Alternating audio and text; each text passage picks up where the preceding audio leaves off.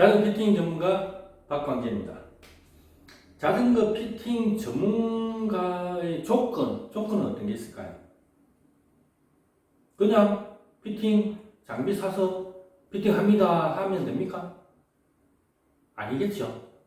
전문가라면 최소 열정적으로 그 분야에 몰입하고 그 몰입을 통해서 뭔가를 깨달은 사람들입니다. 그랬을 때 전문가라고 할 수 있는 거죠. 자, 전문가의 조건. 자전거 피팅 전문가 박광진이 제시하는 자전거 피팅 전문가의 조건 한번 살펴볼게요.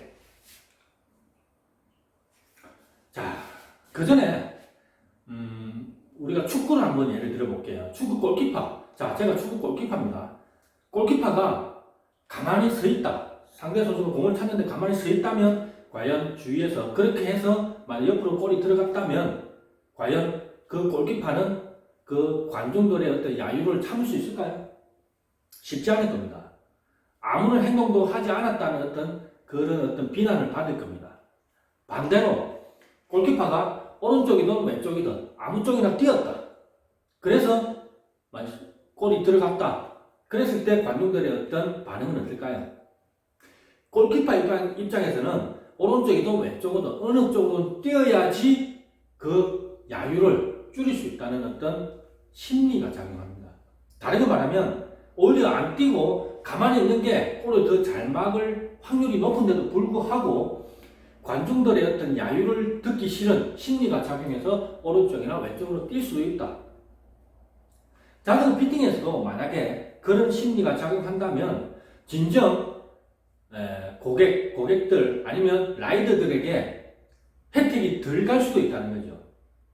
오히려 불필요한 어떤 행동으로 인해서 시간 낭비, 그 다음에 오히려 안 하는 게 더 좋은데 함으로해서 나오는 어떤 부작용, 그런 것들도 있을 수 있다. 왜 이런 얘기를 하느냐? 안장을 1cm 이동시킨 게 전부인데라고 말하는 어떤 고객들이 있을 수 있다는 거죠. 그런데 중요한 건 이겁니다. 우리가 자전거 피팅에서는 1mm 차이 때문에 느낌이 틀리고 그런 어떤 민감합니다. 특히 안장 높이. 그 1cm라는 부분이 비록 미묘하지만 그 1cm를 통해서 나타나는 어떤 전체적인 어떤 피팅의 변화를 알고 있다면, 그걸 또 꼭 집어서 찾아냈다면 그게 유레카 아닙니까? 그게 전문가가 할 수 있는 거 아닙니까?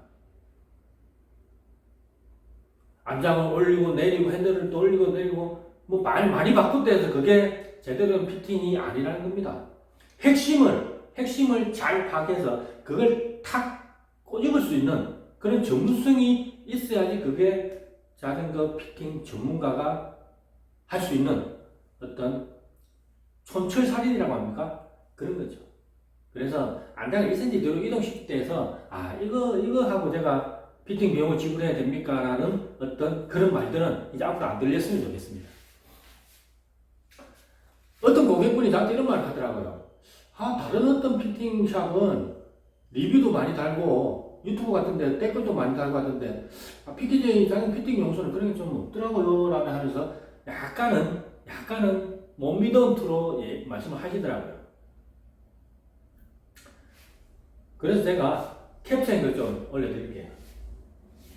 아직까지 문제없이 편하게 타고 있습니다. 그 다음에 항상 행복하세요. 덕분에 지난 주말에 110km 라이딩 탔는데 아무 이상 없이 탔습니다. 친구들 꼬셔서 다 자전거 타게 만들었는데 조만간에 친구들 데려가겠습니다. 라이더 소개하는 거 있지 않겠습니다. 덕분에 편하게 타고 있습니다. 저도 댓글 많이 달립니다. 현장에서 직접 피팅하고 나서 제가 사전 사후 영상을 보여줍니다. 그러면 19번 다 만족합니다. 내 자세가 이랬는데 이렇게 변했군요. 고맙습니다. 앞으로 편하게 타겠네요. 만족합니다. 만족을 못했다면 제가 계속해서 자전거 피팅 연구소를 하겠습니까? 자존심 센 전데 안 하겠죠 아마도. 자전거 피팅, 피팅은 과학입니다. 사전 사후 비교를 통해서 보여드리면 만족하십니다. 그리고 제가 이 자세에서는 어디가 부상이 생기고 어디가 근육이 사용되고 그 다음 피팅 후에는 어느 근육이 사용되고, 힘을 쓰는 주동근은 어디고, 제가 다 설명을 드립니다. 그러면, 이해를 하십니다. 앞으로는 이런 생각도 합니다. 리뷰를 달면, 할인, 이런 생각도 하는데, 너무 상술이 너무 적용된 것 같아서 안 하려고요. 대신에 피팅 받고 나면 포스트잇 같은데 피팅 소감, 피팅 후에 느낌을 한번 적게 할 생각입니다. 앞으로는 그걸 이제 SNS를 통해서 좀 공부를 할 생각이고요. 자, 조건 첫 번째, 선수 출신이기 때문에 난 피팅 잘해. 피팅 이론에 해박하기 때문에 내가 피팅 전문가예요. 우리 시합에 피팅 최신 장비가 있으니까 피팅 잘할 수밖에 없어. 각각 나눠놓고 본다면 이거는 충분 조건입니다. 있으면 좋죠. 하지만 이 중에 어떤 하나라도 빠져버린다면 피팅 전문가가 될 수 없습니다. 전체가 다 통합적인 어떤 관점에서 피팅이 이루어져야 된다는 거죠. 두 번째, 나이든 신체 특성에 맞는 전문가의 통찰. 다리가 양발이 사이즈가 좀 틀리네요. 골반이 틀어졌네요. 아니면 유연성이 없네요. 아니면 기존의 자세가 너무 안 좋은 자세네요. 이런 식으로 딱 보면 답이 나와야 돼요. 거기에 플러스 과학적인 데이터 분석을 통한 어떤 근거를 제시해 줘야 돼요. 제일 중요한 거는 직관이 있어야 됩니다. 직관. 통찰 전문가. 그 다음이 과학입니다. 과학. 그 다음이 과학입니다. 피트의 직관과 통찰, 그 다음에 과학 두 개가 플러스 됐을 때 제대로 된 피팅이 될 수 있다. 네 번째, 향후 변화에 대한 대처법을 제시해 줄 수 있어야 된다. 자, 지금 자세는 이렇습니다. 하지만 앞으로 만약에 헤드스템을 10mm 긴 걸로 바꾼다면 자세 변화가 이렇게 생기기 때문에 안장 높이를 어떻게 조정하고 긴 걸 썼을 때 헤드스템을 좀 높이고 이런 식으로 향후 피팅 변화에 대한 어떤 해결책 아니면 변화에 대한 대처법 이런 걸 제시해 줄 수 있어야지 자전거 피팅 전문가라고 할 수 있습니다. 다섯 번째, 정형화된 피팅 기준까지 정답이 될 수 없다. 이게 중요합니다. 많은 피트들이 간과하고 있는 사실입니다. 내가 제시했던 피팅 재원 들어왔는데 왜 문제가 생깁니까? 절대 문제 안 생깁니다. 아닙니다. 사람마다 다 틀리기 때문에 문제가 생길 수 있어요. 거기에 대한 어떤 해결책을 제시해 줄 수 있어야 된다는 거죠. 피팅은 개별성을 반영한 피팅이 되어야 된다. 여섯 번째, 우리가 자전거 타다 보면 주위에 오래 타신 분들 많이 계십니다. 그분들은 초보 라이더들에게 한마디씩 하죠. 자세가 좀 높은데요? 조금 낮추세요. 뭔가 클릿이 너무 얕은 것 같은데 깊이 클릿이 너무 틀어졌는데요? 예전에 이런 경우 있었습니다. 그분이 약간 안짱이었어요. 그런데 주위에서 어떤 분이 안짱이니까 클릿을 이렇게 해야 됩니다. 해서 극단적으로 틀어놓은 거예요. 그러니까 자전거 제대로 타겠습니까? 이게 저한테 없거든요. 제가 보니까 완전히 이렇게 타는 거예요. 무릎 엄청난 손상이 갑니다. 선수 시절에도 주위에서 선수들이 볼 때는 우리가 군수, 바둑의 선수 두듯이 선수들이 볼 때는 약간 높아 보이는 경우가 있어요. 그래서 한마디 던집니다. 그러면 그 안 그래도 민감한 선수인데 그 얘기를 들으면 흔들립니다. 그냥 또 수정하죠. 또 옆에 선수도 높은데 합니다. 그냥 또 흔들립니다. 중심 기준이 없는 상태에서 주위의 어떤 다른 어떤 동료들이나 다른 오래 탄 라이더들의 어떤 한마디에 휩쓸리게 됩니다. 휩쓸리면 안 됩니다. 그래서 피팅이 필요한 거고 피팅 전문가는 그 기준을 제대로 제시해 줘야 된다는 거죠.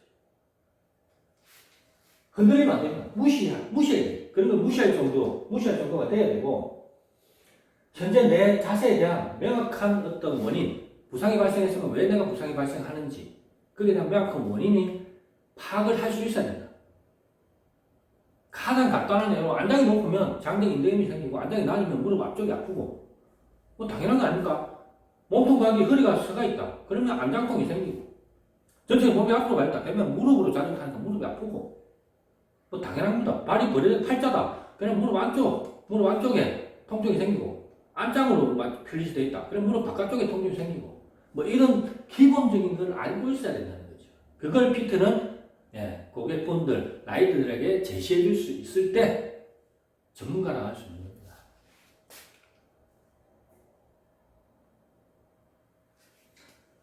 그리고 피팅 과정에서도 자세 분석 과정에서도 정확하게 변화된 관절 변화량을 제시해 줘야 돼요. 안장을 높였으니까 각도가 얼마만큼 커지고 작아졌습니다. 이해가 되시죠? 안장을 앞으로 당겼기 때문에 관절 각도가 작아졌습니다. 뭐 이런 식으로. 그래서 제시해 줘야 되고, 그 다음에 신체 구조가 다 제각각이기 때문에 각자의 어떤 특성에 맞는 어떤 피팅의 앞으로의 흐름 제시해 줘야 된다는 거죠.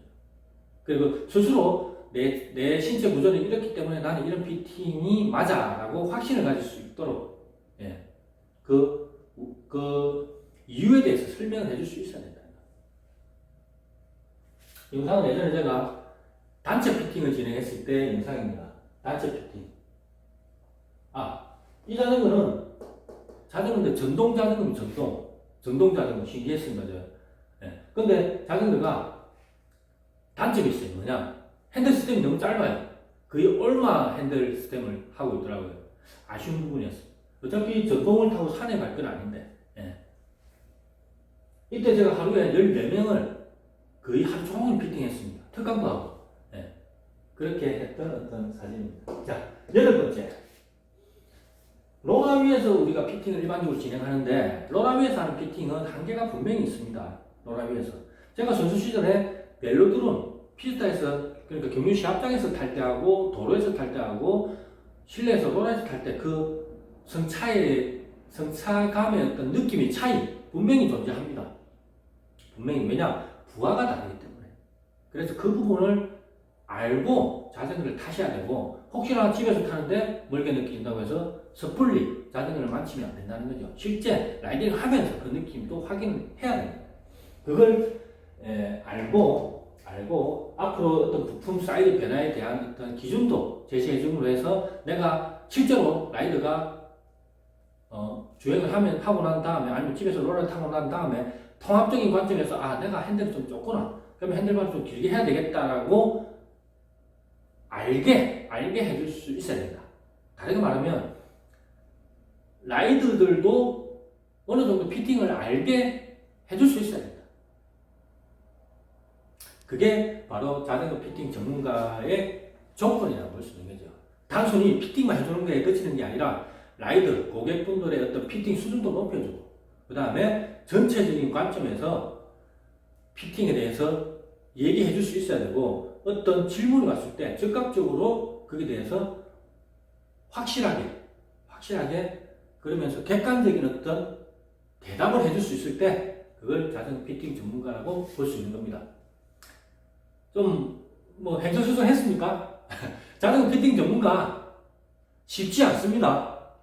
만약에 스스로 나는 자전거 피팅 전문가라고 말을 하고 싶다면 제가 앞에서 제시한 조건을 충족시키기 바랍니다. 지금까지 PKJ 자전거 피팅 연구소 박광진 소장이었습니다. 감사합니다.